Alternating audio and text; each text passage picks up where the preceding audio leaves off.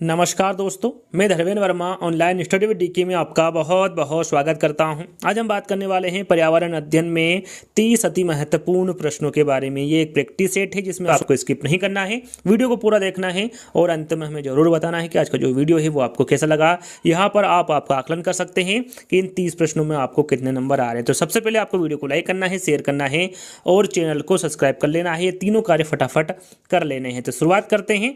आज का पहला प्रश्न है आपका, हरा ग्रह किसे कहा जाता है। पहला प्रश्न है, हरा ग्रह किसे कहा जाता है। पृथ्वी को, वरुण को, अरुण को या फिर शुक्र को। बताइए पहले का आंसर क्या होगा।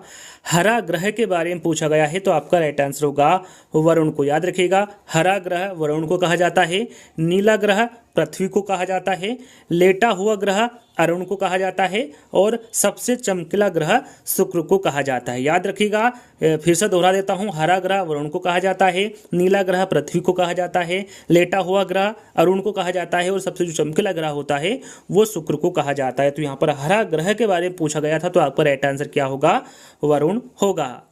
दूसरा प्रश्न, केंद्रीय आलू अनुसंधान संस्थान कहाँ स्थित है। कटक में है, देहरादून में है, धनबाद में है या फिर शिमला में है। केंद्रीय आलू अनुसंधान संस्थान के बारे में पूछा गया है, ये कहाँ पर स्थित है। याद रखिएगा, इंपोर्टेंट प्रश्न है। इस प्रकार के प्रश्न यूपीटेट सुपरटेट में पूछे जाते हैं तो आपका राइट आंसर होगा शिमला। जो केंद्रीय आलू अनुसंधान संस्थान है यह शिमला में स्थित है। बाकी हम कटक, देहरादून और धनबाद की बात करें तो इनके बारे में भी आपको जानकारी होना चाहिए। एग्जाम में पूछा जाता है कि केंद्रीय चावल अनुसंधान संस्थान कहाँ पर स्थित है, तो याद रखिएगा ये कटक में स्थित है।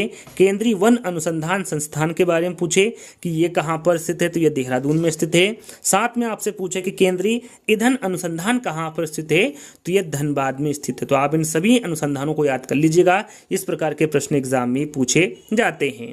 तीसरा प्रश्न, रिंग ऑफ फायर किस महासागर से संबंधित है। रिंग ऑफ फायर किस महासागर को कहा जाता है, यह प्रश्न पूछा गया है। प्रशांत महासागर, अटलांटिक महासागर, हिंद महासागर या फिर अंटार्कटिक महासागर। वो कौन सा महासागर जिसे रिंग ऑफ फायर के नाम से जाना जाता है, तो आपका राइट आंसर होगा प्रशांत महासागर। याद रखिएगा, प्रशांत महासागर को रिंग ऑफ फायर के नाम से जाना जाता है। ये विश्व का सबसे बड़ा महासागर भी। याद रखिएगा, पूछा जाए एग्जाम में कि विश्व का सबसे बड़ा महासागर कौन सा है, तो वो है प्रशांत महासागर, जिसे रिंग ऑफ फायर के नाम से भी जाना जाता है। चौथा प्रश्न, दक्षिण भारत की सबसे ऊंची चोटी कौन सी। यहां पर देखिए, दक्षिण भारत की सबसे ऊंची चोटी के बारे में पूछा गया है। अन्नाईमुदी है, दोदा बेटा है, नीलगिरी है या फिर कार्डमम है। यहाँ पर दक्षिण भारत की सबसे ऊंची चोटी के बारे में पूछा गया है तो आपका राइट आंसर होगा अन्नाईमुदी। याद रखिएगा, जो दक्षिण भारत की सबसे ऊंची चोटी होगी वो अन्नाईमुदी होगी। यहाँ पर पहला वाला विकल्प आपका सही होगा। पांचवा प्रश्न, यूरोप की सबसे लंबी नदी। यहाँ पर देखिए, यूरोप की सबसे लंबी नदी के बारे में पूछा गया है, कौन सी होगी। यांगसी, नील, वोल्गा या फिर मिसिसिपी। यहाँ पर मिसिसिपी यूरोप की सबसे लंबी नदी के बारे में पूछा गया है। ये आपको कमेंट्स के माध्यम से या फिर अपनी कॉपी में लिख लेना है। जब 30 प्रश्न हो जाए कंप्लीट तब आपको कमेंट्स के माध्यम से जरूर बताना है कि इन 30 प्रश्नों में आपको कितने नंबर आ रहे हैं। यहाँ पर यूरोप की सबसे लंबी नदी के बारे में पूछा गया है तो आपका राइट आंसर क्या होगा, वोल्फा होगा। वोल्फा यूरोप की सबसे लंबी नदी होगी। यदि पूछा जाए एग्जाम में कि अफ्रीका की सबसे लंबी नदी कौन सी होगी, ये चारों विकल्पों में ही आंसर छुपा हुआ है। अफ्रीका की सबसे लंबी नदी कौन सी होगी, तो वो होगी आपकी नील, जो कि विश्व की सबसे लंबी नदी भी है। विश्व की सबसे लंबी नदी या फिर अफ्रीका की सबसे लंबी नदी के बारे में पूछे तो वो कौन सी होगी, नील नदी होगी। यदि आपसे पूछा जाए कि एशिया की सबसे लंबी नदी, यहाँ पर देखिए, यूरोप की सबसे लंबी नदी कौन सी होगी, वोल्गा होगी। एशिया की सबसे लंबी नदी कौन सी होगी, यांगसी होगी। साथ में आपसे पूछा जाए कि उत्तरी अमेरिका की सबसे लंबी नदी कौन सी होगी, तो वो मिसिसिपी होगी। याद रखिएगा, चारों नदियों के बारे में जानना आपका बहुत जरूरी है क्योंकि किसी भी प्रकार से एग्जाम में प्रश्न पूछा जा सकता है। एशिया की सबसे लंबी नदी यांगसी होगी, अफ्रीका की सबसे लंबी या फिर विश्व की सबसे लंबी नदी नील होगी और उत्तरी अमेरिका की सबसे लंबी नदी मिसिसिपी होगी। और यूरोप की सबसे लंबी के बारे में आपको बता चुका हूं कि सबसे लंबी नदी कौन सी होगी, ओल्गा होगी।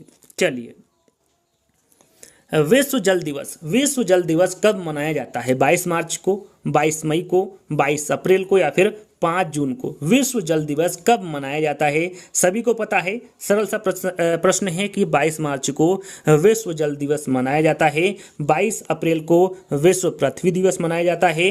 विश्व जैव विविधता दिवस ये 22 मई को मनाया जाता है। और हम यदि बात करें कि 5 जून को सभी को पता है कि 5 जून को विश्व पर्यावरण दिवस मनाया जाता है। याद रखिएगा, विश्व जल 22 मार्च को मनाया जाता है, विश्व पृथ्वी दिवस 22 अप्रैल को मनाया जाता है, विश्व जैव विविधता दिवस 22 मई को मनाया जाता है और विश्व पर्यावरण दिवस 5 जून को मनाया जाता है। तो यहाँ पर विश्व जल दिवस के बारे में पूछा गया था, तो 22 मार्च आपका राइट आंसर होगा। अंडे देने वाले प्राणी को क्या कहलाते हैं? यहाँ पर देखिए, अंडे देने वाला जो प्राणी है वो क्या कहलाते हैं या फिर उसे क्या कहते हैं?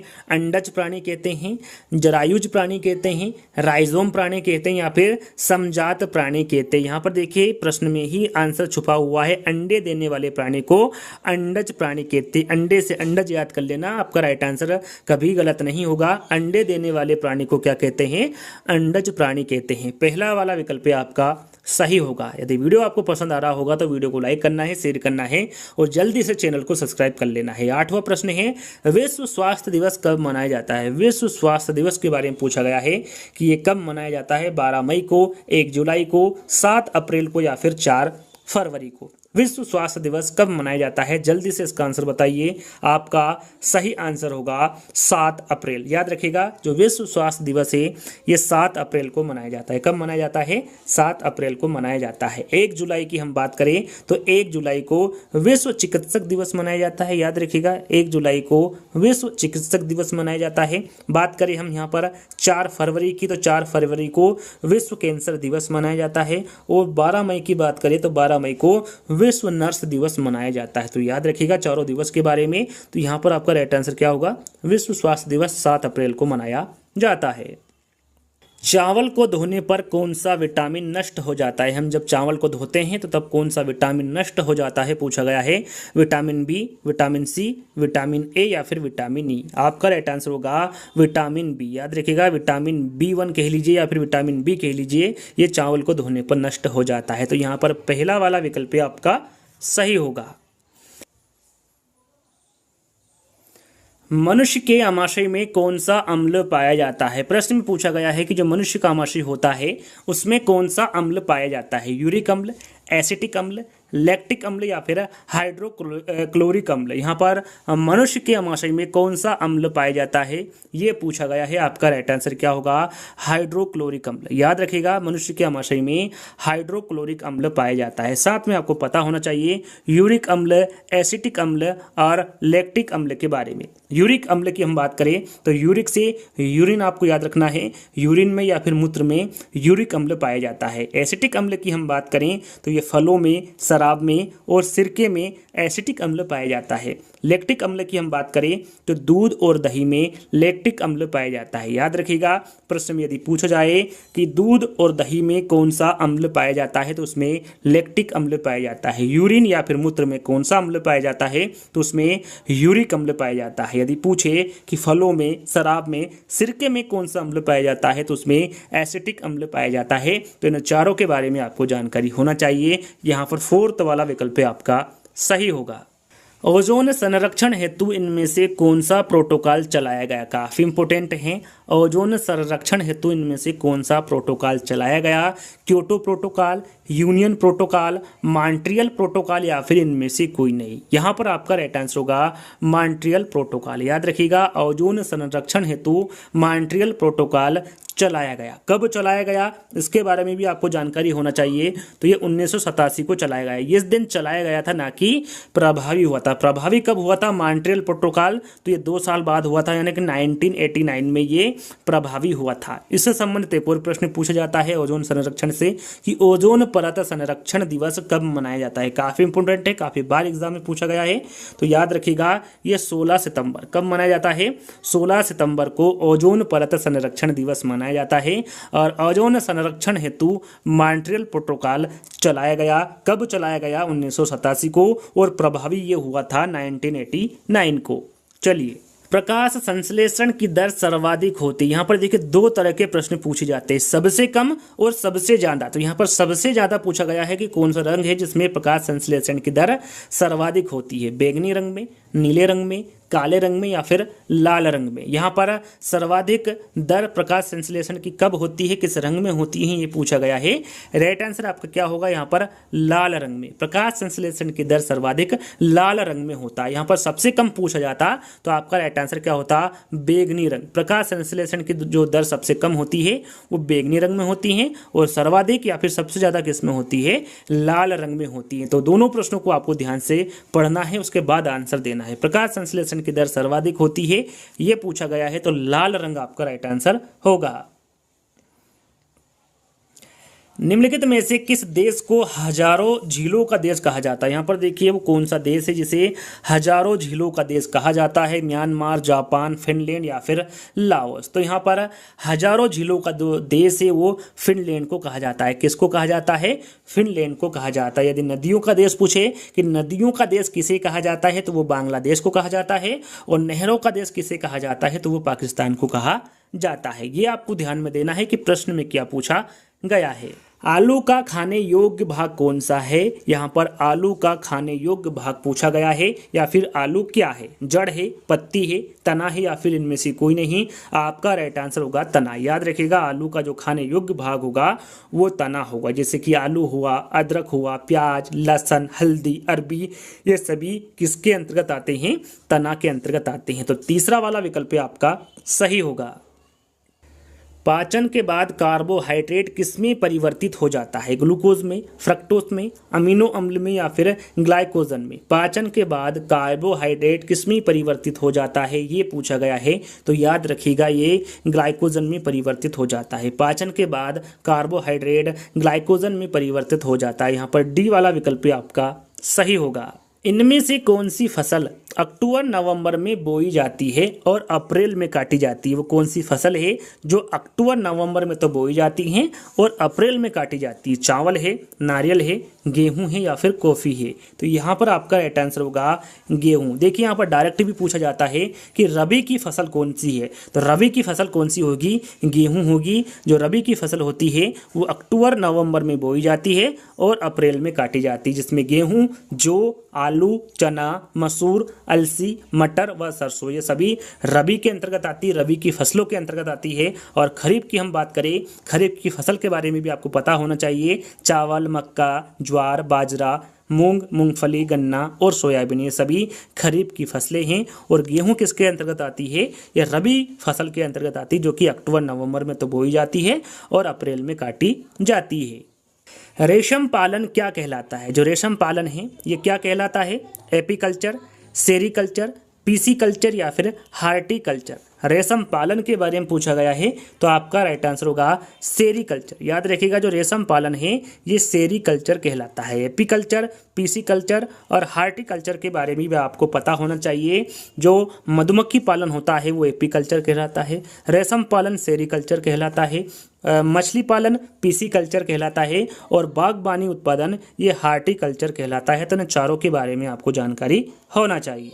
चलिए, संविधान सभा के स्थायी अध्यक्ष कौन थे। यहाँ पर देखिए प्रश्न में आपको हमेशा ध्यान देना है कि पूछा क्या गया है। यहाँ पर देखिए स्थायी अध्यक्ष के बारे में पूछा गया है, क्योंकि संविधान सभा में अस्थायी अध्यक्ष भी थे। कौन थे उनके बारे में आपको बताया जाएगा, लेकिन सबसे पहले ध्यान देना है पूछा क्या गया है। स्थायी अध्यक्ष के बारे में पूछा गया है, डॉक्टर राजेंद्र प्रसाद हैं, व्योमेश चंद्र बनर्जी हैं, सच्चिदानंद सिंह सिन्हा हैं या फिर पंडित जवाहरलाल नेहरू। यहाँ पर संविधान सभा के स्थायी अध्यक्ष के बारे में पूछा गया है।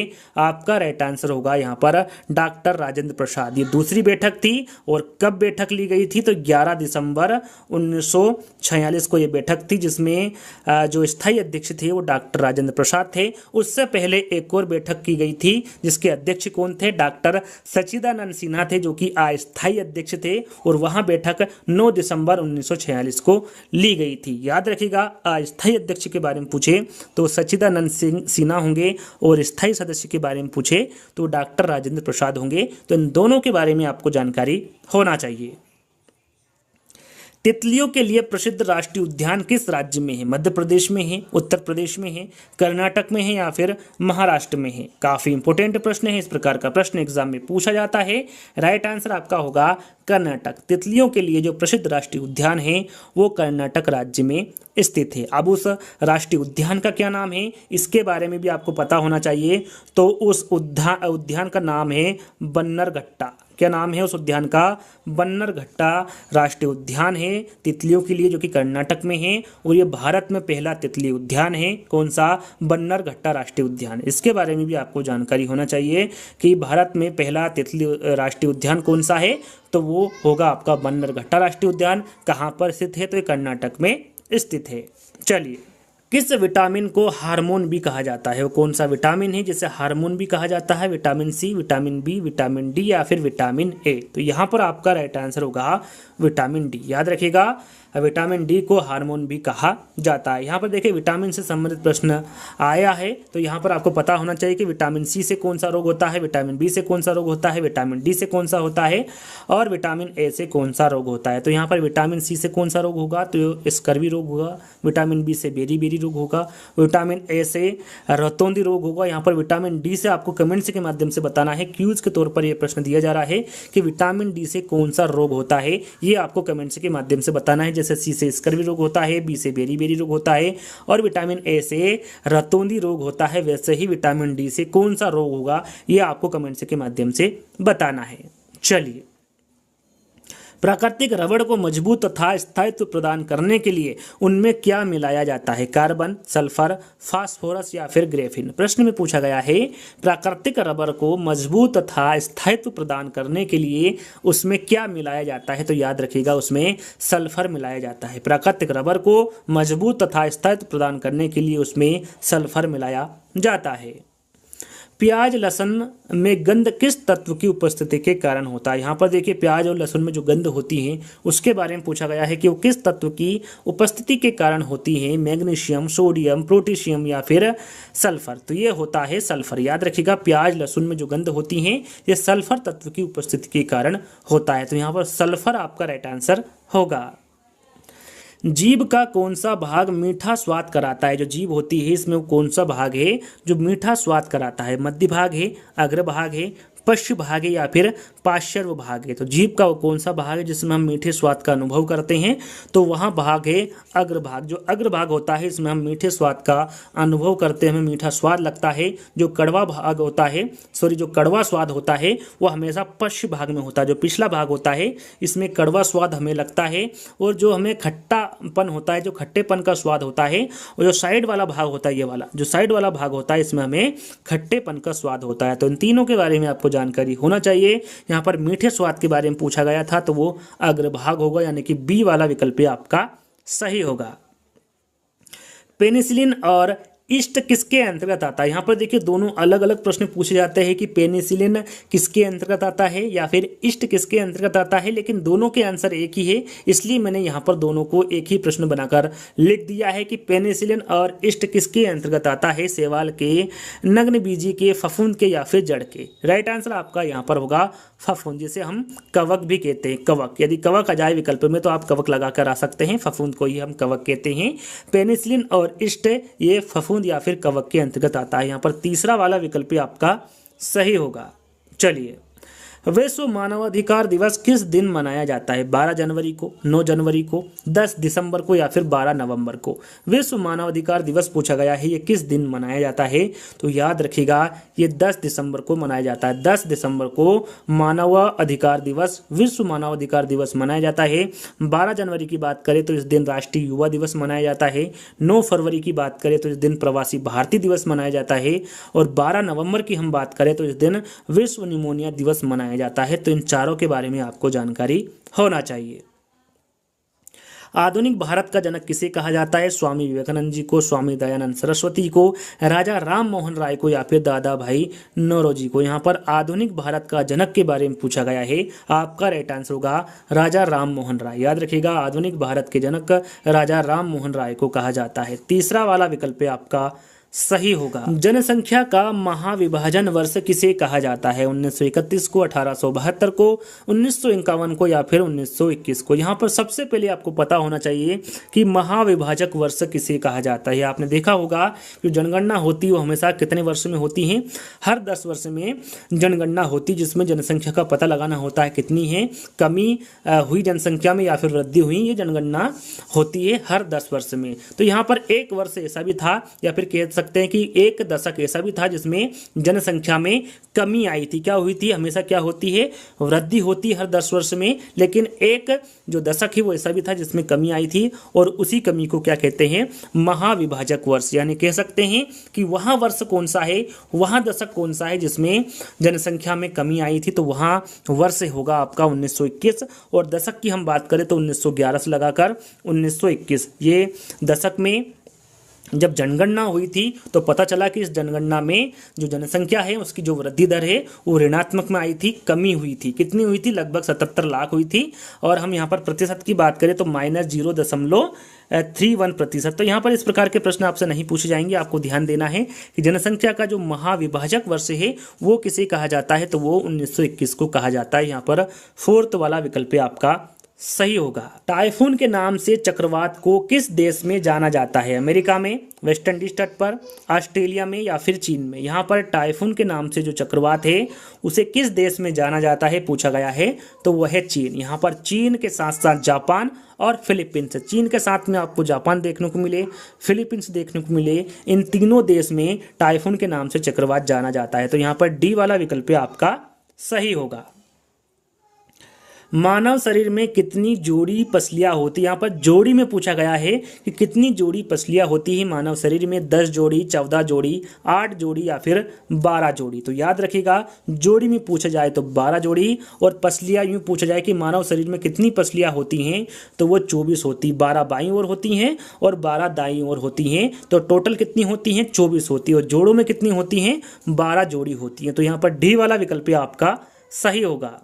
चलिए अंतिम प्रश्न है, निम्नलिखित में से कौन सुमिलित नहीं है? यहाँ पर नृत्य दिए गए हैं कि कौन सा नृत्य कहाँ पर होता है। लोक नृत्य, भरतनाट्यम, तमिलनाडु, ओडिशा, ओडिसी, कुचिपुड़ी, आंध्र प्रदेश, कथकली, कर्नाटक। तो यहाँ पर जो भरतनाट्यम है ये तमिलनाडु में होता है, बिल्कुल सही है। ओडिशा, ओडिसी का लोक नृत्य है। कुचिपुड़ी आंध्र प्रदेश का लोक नृत्य है। कथकली, जो कथकली है ये कर्नाटक का लोक नृत्य नहीं है। जो कथकली है ये किसका लोक नृत्य है? केरल का है। और कर्नाटक का जो लोक नृत्य होगा वो यक्षगान होगा, जो कि कर्नाटक का लोक नृत्य है। तो इसके बारे में आपको जानकारी होना चाहिए। कथकली कर्नाटक का लोक नृत्य नहीं है, ये केरल का है। और कर्नाटक का कौन सा है? यक्षगान है। तो इनके बारे में आपको जानकारी होना चाहिए। तो देखिए यहाँ पर जैसा कि मैंने आपको बताया था टोटल 30 प्रश्न आपको मिलेंगे। तो आज के वीडियो आपका यहीं पर समाप्त होता है। आज के 30 प्रश्नों में आपको कितने नंबर आए ये आपको कमेंट्स के माध्यम से बताना है। वीडियो आपको कैसा लगा ये भी आपको कमेंट्स के माध्यम से बताना है। अभी तक वीडियो को आपको लाइक नहीं किया है तो आपको लाइक करना है, शेयर करना है और चैनल को सब्सक्राइब कर लेना है। फटाफट से ये तीनों कार्य कर लेना है यदि अभी तक आप ये वीडियो देख रहे हो। तो जल्दी दोस्तों एक नए टेस्ट में, नए प्रैक्टिस सेट में, नए वीडियो के साथ मिलेंगे। जब तक के लिए धन्यवाद।